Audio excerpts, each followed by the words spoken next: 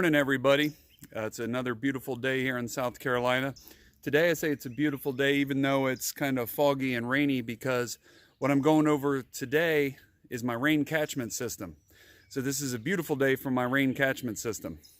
So behind me is my barn, and its roof is approximately 40 deep and 14 wide on this side, plus a 12-foot lean-to.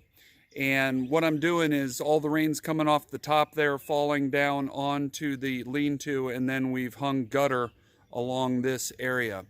So it's amazing how much water you get off of surface area.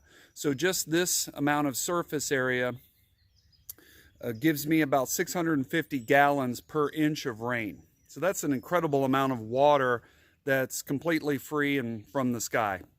The gutter system took a little bit to hang on this, simply because this is a metal building and there was just flashing up top, and I had to figure out a way to get some pretty long metal screws through a 2x4 into the through the flashing and into a metal bar that would actually support it.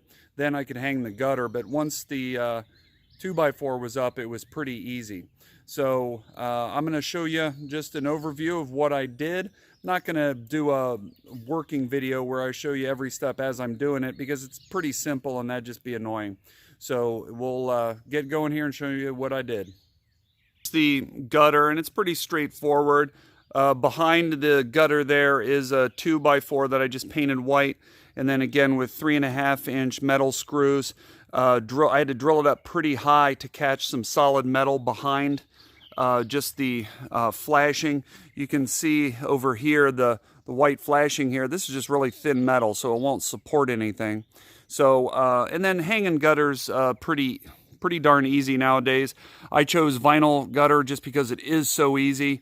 You click it together, you screw in the supports, and it's very straightforward. It didn't take us long at all, and it's relatively inexpensive. Then down here at the end of the gutter, you see it just runs into a standard downspout. Now, interestingly, that downspout fits just about perfectly into 3-inch PVC waste pipe. Now, this is the heavier duty PVC. Don't use just the drainage system PVC. This is actual sewage level PVC, just because this is thicker and sturdier. And then I just have this coupling unit here, and that gutter, that's the 3-inch gutter, not the larger gutter, that fit perfectly into that coupler. And then you can see I have the 3-inch coming down, and then we come to a little Y here. And the reason that this Y exists is the rainwater comes down here, okay, goes across this 2-inch pipe, and then water seeks its own level, so it fills these bins. And then what we did was we lasered across from here, and once it gets near the top of the bin, the water will seek its own level here and start spilling out, coming down here. And then I dug in waste pipe here that goes out and just dumps into the woods. So once those bins fill up to about 1 inch from the top, the water over here actually starts spilling over. And all we really needed to do to hold these things on were just some of those wonderful 175-pound cable ties that I've used in other videos for other things. I actually still need one up top. One thing to note, that this PVC does not like sun all that much. It's really meant to be inside or buried. It's not a big issue. You just got to put a coat of paint on it to protect it from the UV rays. I haven't done that yet. That's just going to make it last a lot longer. But I mean, this should last years and years if it's just got a coat of paint on it. One thing is up top where the gutter comes in here, I've put a couple different levels of straining.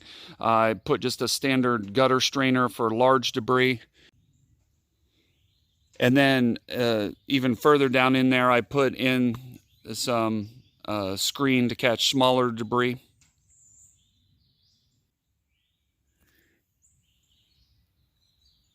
And here are the actual bins themselves. These are behind my barn, and they actually are in almost permanent shade, but I still wrap them just to avoid any problem with algae. I got the idea from a video on YouTube from, I believe the guy's name, or his handle name on YouTube is LDS Prepper, and he demonstrates how to wrap these. This was just heavy mill black plastic. He did a tremendously better job at wrapping than I did. I actually, in spite of being a surgeon, I hate stuff like this. I don't like wrapping things and doing that sort of stuff at Christmas. So it's not the prettiest job, but it's effective. So you can see what I've done here is I have a 2-inch pipe coming in, and this was all just PVC, this was the first time I've ever worked with PVC, and I have to say it's very satisfying and fun. It's kind of like playing with Legos. It comes along the bottom here, and then water just seeks its own level and fills both of these. Now, one thing that I think is really important on these is to just spend the money and put valves. To some extent, you almost can't have too many valves. It just allows you to isolate things. So, I can close different valves and isolate different areas of my system. So really think that out. Of course, there are valves that just come with the bins themselves that open into them, and then I just use this cross piece here to go into it, and then on either side I just have 2 different types of access to my water. So here I just have standard hose bibs, okay, on either side, and I put them going opposite directions just depending which side of the barn I'm coming from.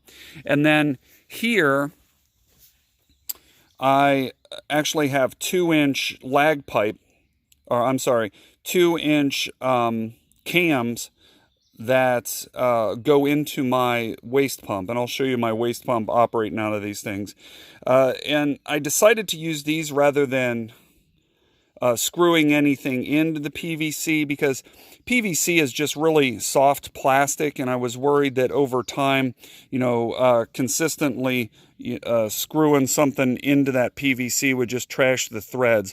So with these cams, you just you just pop the little plug in there and clamp down those little side clamps, and then it's closed. And when you want to put the bigger hose in, it has an attachment, fits in there, you click it down, very similar to what fire departments use, and just makes it very simple. I've also, down on this end, I had to go online and order clear PVC. I couldn't find any firm PVC like this at the big box stores like Lowe's or Home Depot. And all this is just a little side chute that allows me to see where my water level is. And you can see here, there's my water level right there. Because these are wrapped, it's just hard to see how much water's in them. So I just added this little side port as a gauge. And of course, you got to make sure that on the cap, you got to drill a little hole in it so the air can escape. Same thing on the top here. I just put some PVC. I just drilled through the bung caps there and raised that up. It's higher than it needs to be, but that's just ventilation. As the water comes in at the bottom and rises up here, the air needs to go somewhere, so that ventilates it. Just make sure you put screen over the top. You don't want insects and other crud getting down in there. So so that's the rain catchment system, and I'll show you here in a little bit me pumping some water out of it. Here it is. Woo-hoo. Oh yeah, look at that.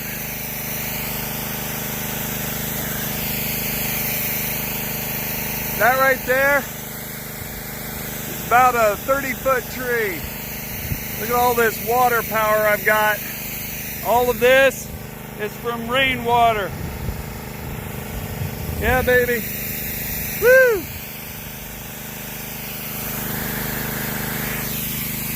Success. Hee hee.